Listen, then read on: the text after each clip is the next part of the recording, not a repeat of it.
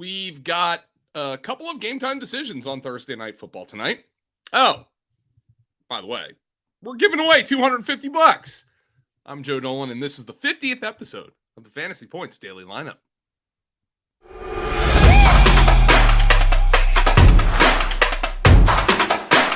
It's time for the FantasyPoints.com Daily Lineup.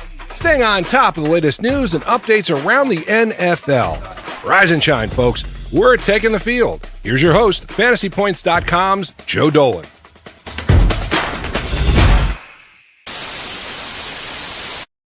Yeah, I've been doing this for 50 episodes now. How about that? Isn't that wild? Anyway, starting at quarterback for the Saints tonight will be Andy Dalton. Dalton is dealing with a back injury, but doesn't have a game day designation on Thursday. But here's what's interesting. Neither does Jameis Winston, as he returns from back and ankle injuries. Despite this, Coach Dennis Allen has yet to name the Saints starting quarterback between Winston and Dalton. That is per Mike Triplett of NewOrleans.football. NFL Network's Tom Pelissero reported this morning that the signs are pointing to Dalton getting his fourth consecutive start. And Dalton was the quarterback who talked to the media on Wednesday, which is typically the starting quarterback's job.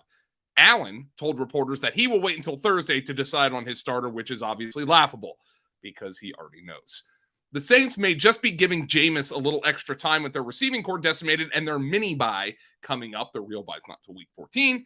No matter who starts, it's a quarterback two in a super flex kind of situation. It is just still kind of interesting that the Saints starting quarterback is clearly ready to play, and he's not named the starter.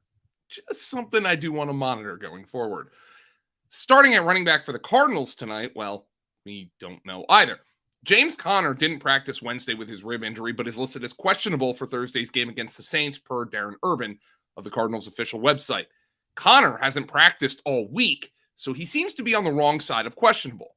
Now, our Dr. Edwin Porras said that the average missed time for a running back with a rib injury is 2 weeks, and this is also a short week for Conner, who missed the Cardinals' Week 6 game. Meanwhile, Eno Benjamin has been limited this week by foot injury, but will play. He does not have a game day designation.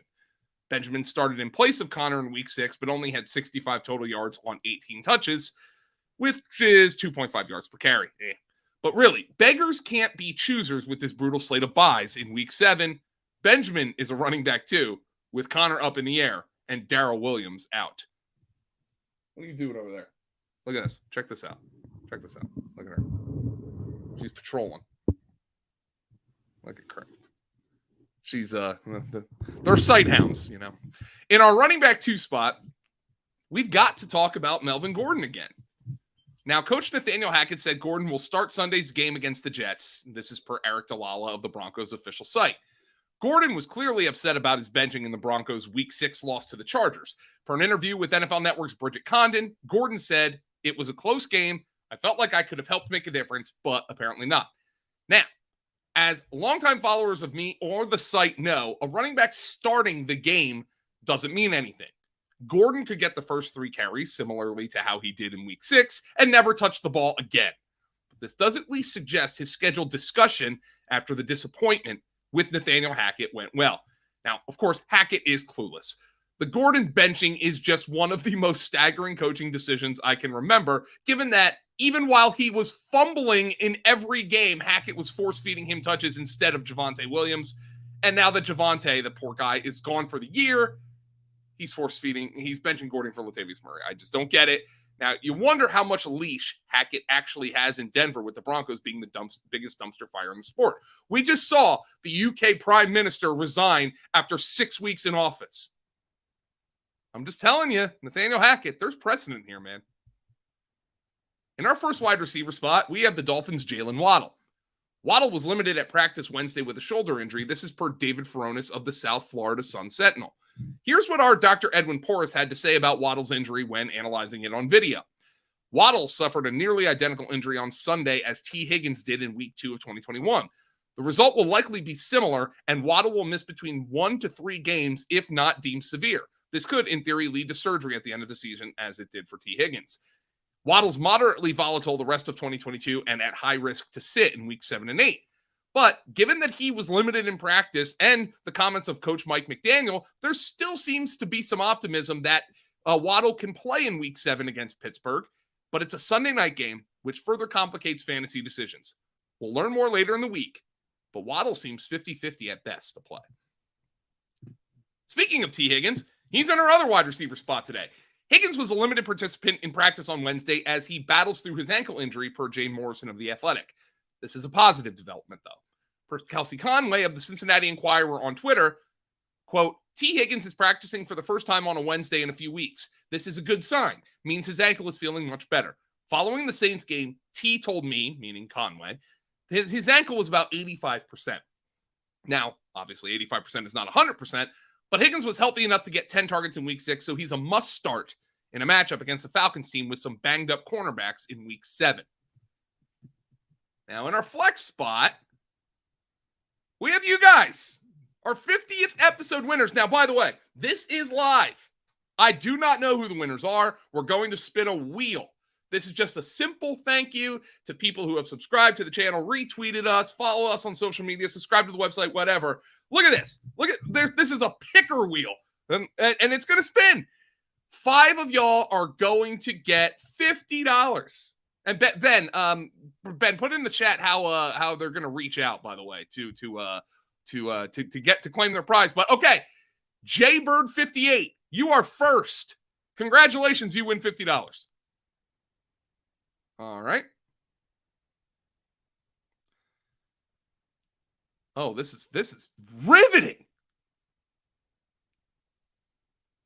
Captain Canikas is next. Okay. At Captain Canikas. Oh, by the way, they will DM Ben on Twitter.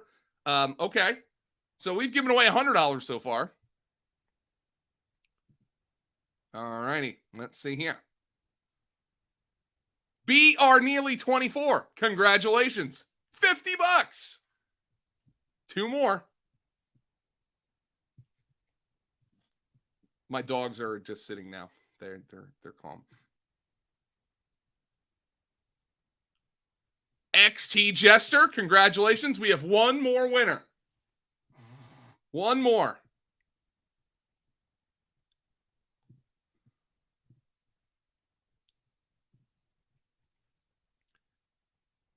The real Don Vito, congratulations. You are our final winner. $50. Thank you everybody so much for joining me on the Fantasy Points Daily Lineup, by the way. If you're a fan of the show, you probably want it to continue so we can keep doing giveaways like that. Man, Ben, maybe at 100 shows we're gonna have to do something. Probably not gonna give away $500. Hey, but who knows? Maybe we'll be doing really well. Our Fantasy Points YouTube channel has crossed over 100,000 views. That is so cool. We really appreciate everything you guys have done for us and helping us grow this thing. And I hope you guys enjoy the little discussions that we have in the morning. Remember to go to fantasypoints.com. Maybe if you're not a subscriber, by the way, and you just won $50, maybe you can use that to subscribe to the website because, hey, you already get 25% off. And if you use code lineup22, you get an extra 10% off. So you're not even going to spend the entire $50. Pretty cool. But if you're already a subscriber to the YouTube channel, to the website, I just hope the $50 helps you. Go take somebody out for dinner. Have a nice dinner. Maybe it'll help you pay a bill. Guys, it has been awesome here on the Fantasy Points Daily Lineup. Just because I did 50 doesn't mean I'm done. I'm going to do number 51 tomorrow. So, hey, I'll see you tomorrow. Enjoy this crappy Thursday night football game. I'm Joe. That was Crimpit you saw there. She says good night. She says good night. It's 9 o'clock in the morning. Well, it's good morning, everybody. I'll see you tomorrow. I hope everybody enjoyed the show.